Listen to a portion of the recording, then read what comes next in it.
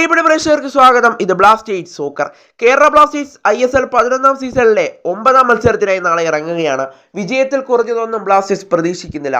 വിജയം മാത്രമാണ് ബ്ലാസ്റ്റേഴ്സിന്റെ ലക്ഷ്യം. ഒരു തിരിച്ചുവരവ് നടത്തണമെങ്കിൽ ബ്ലാസ്റ്റേഴ്സിന് നാളത്തെ മത്സരത്തിലെ വിജയം അത് അനിവാര്യം തന്നെയാണ്.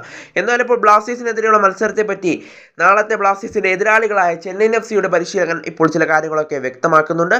എന്തായാലും അദ്ദേഹത്തിന്റെ വാക്കിലേക്ക് കടക്കും മുമ്പ് നമ്മുടെ ചാനൽ കണ്ടുപോകുന്ന ഏകദേശം 80% പേരും ചാനൽ ഇതുവരെയായിട്ടും ഒന്ന് സബ്സ്ക്രൈബ് ചെയ്തിട്ടില്ല.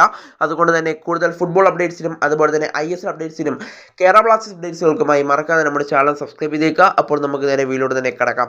ഏതായാലും ഇപ്പോൾ ചെന്നൈയിൻ FC പരിശീലകനായ ഓവൻ കോയൽ പറയുന്നത് ഇങ്ങനെയാണ്: ബ്ലാസ്റ്റേഴ്സിനെ പരാജയപ്പെടുത്താൻ സാധിക്കും എന്ന ഉറപ്പ് ഞങ്ങൾക്കുണ്ട്.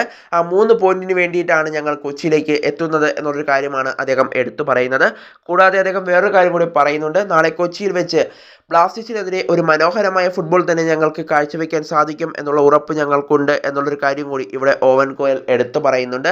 എന്തായാലും ബ്ലാസ്റ്റേഴ്സിനെ പരാജയപ്പെടുത്തും, അതുപോലെ തന്നെ ബ്ലാസ്റ്റേഴ്സിനെതിരെ ഒരു മനോഹരമായ ഫുട്ബോൾ തന്നെ, ഒരു മികച്ച ഫുട്ബോൾ തന്നെ കാഴ്ചവെക്കാൻ ഞങ്ങൾക്ക് സാധിക്കും എന്നുള്ള ഉറപ്പ് ഞങ്ങൾക്കുണ്ട് എന്നുള്ളൊരു കാര്യം കൂടി ഇവിടെ ഓവൻ കോയൽ എടുത്തു പറയുകയാണ്. എന്തായാലും ചെന്നൈക്ക് ബ്ലാസ്റ്റേഴ്സിനെ പരാജയപ്പെടുത്താൻ സാധിക്കുമെന്നതൊക്കെ നമ്മൾ കണ്ടറിയേണ്ട ഒരു കാഴ്ച കൂടിയായിരിക്കും. എന്നാലും ഇന്റർനാഷണൽ ബ്രേക്ക് കഴിഞ്ഞാണ് എല്ലാ ടീമുകളും എത്തുന്നത്.